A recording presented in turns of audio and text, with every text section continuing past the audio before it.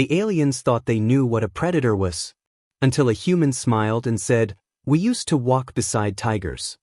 It started in a classroom, deep in the Calanth Prime Archive complex, orbiting a binary star. The Council's best minds gathered for a cultural exchange lecture. Topic: Galactic Apex Predator Hierarchy. Charts glowed. Species were named. Scores were assigned. At the top, the Varrock, with their bone blades and scent-tracking minds. Just below them, the Tekri, photosynthetic reptilians that hunted in coordinated silence. And then came dozens of others: stalkers, swarmers, and ambush killers. Humans? They were listed somewhere in the mid-tiers. Efficient, adaptive, but not terrifying. Not like the true apex beasts. That's when Corporal Reese, a cultural liaison from Earth, raised his hand. "Quick question," he said casually. "Where would you rank tigers?" The room paused. Professor Calyx, a Varrock historian, blinked his outer lids. "What is a tiger?" Reese smiled. And the room would never be the same again. Tigers. Panthera tigris. 9 feet of muscle, instinct, and elegance wrapped in striped silence. Reese explained it slowly. They don't hunt in packs. They don't have armor. No venom. No advanced tools. He leaned forward, eyes serious. They're just the silence before you die. A few council scholars chuckled, assuming exaggeration. So Reese showed them. He pulled up Earth footage. Grainy old clips, tigers swimming, stalking, leaping 30 feet through the air to crush prey 3 times their size. Clips of them watching humans, unseen, until they chose to be. "But you said they are extinct?" someone asked. Reese nodded. "In the wild? Almost. But not forgotten." He looked around the room. "You rated us mid-tier because we use weapons. Because we build. But we didn't start there." He lowered his voice. "We started hunting creatures like that. And we didn't run. We studied them. Respected them. Became them." The silence in the room turned colder. Professor Calyx adjusted his chart. "Your people eradicated them?" Reese didn't answer immediately.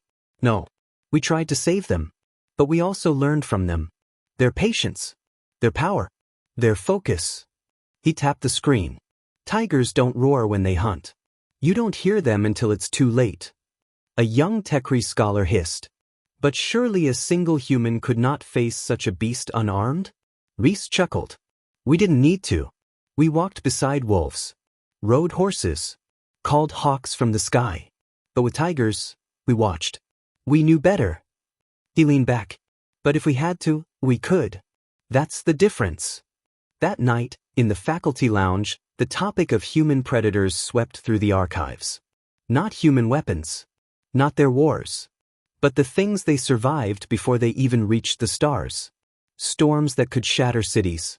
Beasts that could hunt at night with no sound. Diseases that taught their bodies to adapt or die. And all of that, before they discovered fire. A week later, during a multi-species survival drill on the arboreal moon of Centauri 9, things went wrong. A native predator, the Kralith, broke containment. 10 feet tall, acid-fanged, and invisible in moonlight. 2 Varrock were killed before anyone reacted. Panic spread. Until one figure, human, knelt in the mud. He closed his eyes. Listened. Not for the creature. But for absence. For the change in bird song. The unnatural silence.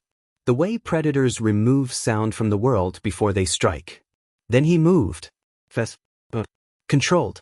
A blur through the grass, he reached the injured Varrock and dragged them to cover. The Kralith struck, but missed. Because it didn't expect prey that anticipated it. Reese didn't fight it head-on.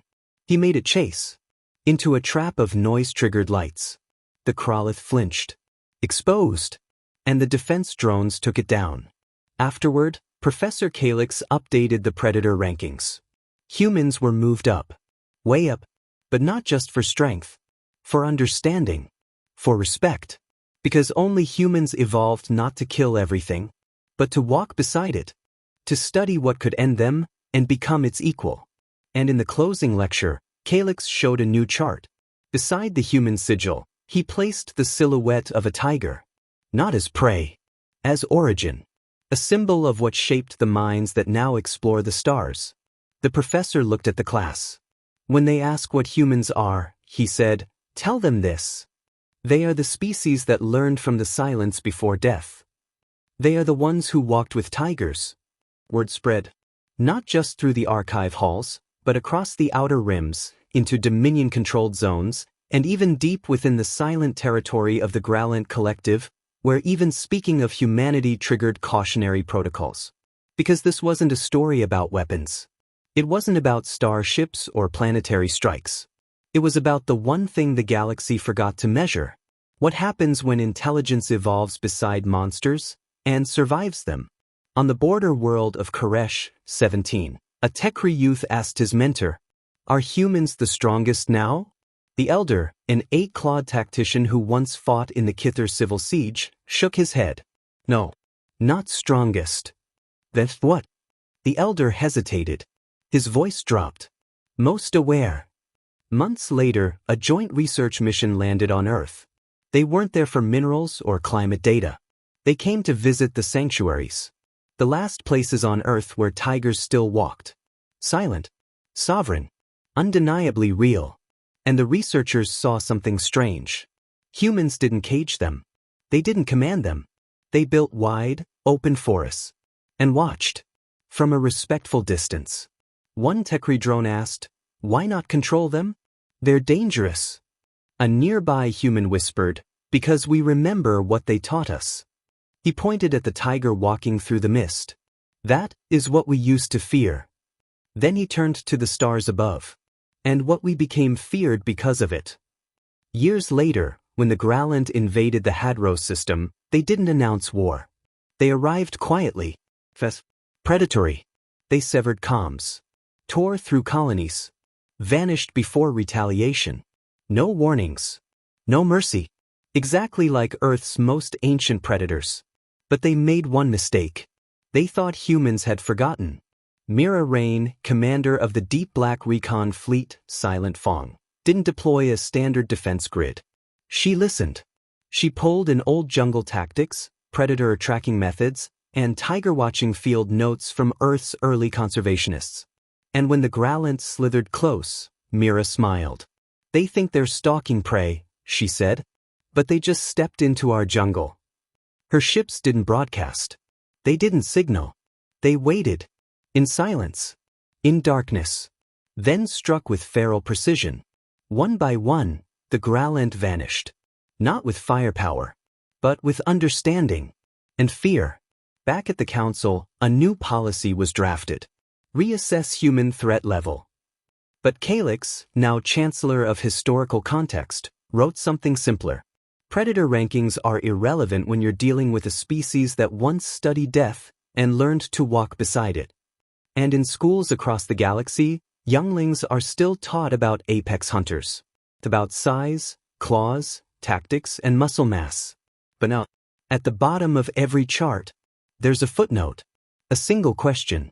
Where do the tigers fit in? And the answer, whispered by those who know. In the silence, before it's too late.